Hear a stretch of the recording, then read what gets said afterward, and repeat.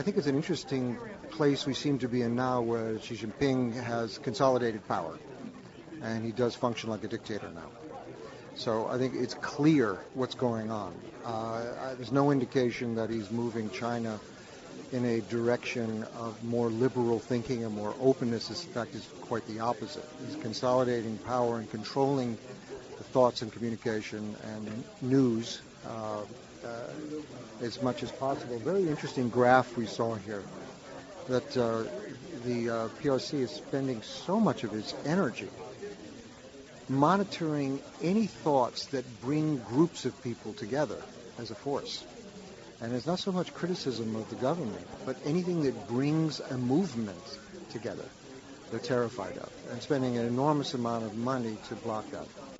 Well, I think we're starting to see, now this seems to be the collective wisdom now, is that it's not a consolidation of power to do the right thing.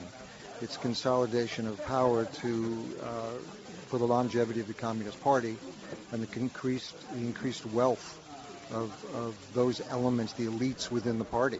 We see now multi-million billionaires who are buying estates all over the world. Their resources are now outside of China. They have weekly plane tickets ready to go in case things change in China. So this is a recipe for enormous unrest within China, and I think they perceive that that is going to happen. It's not the economic power and the driving engine of the world economy anymore. It won't be. Not just talking to people here. Military, it needs to be fed with a lot of dollars, a lot of money. And if they don't have the money, they can't feed it. It's what happened in the Soviet Union.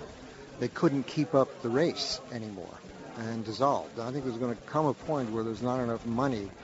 40% of gross national product in China goes to surveillance. They can't afford that anymore. So the kind of system that they've been relying on to retain power is going to be challenged greatly.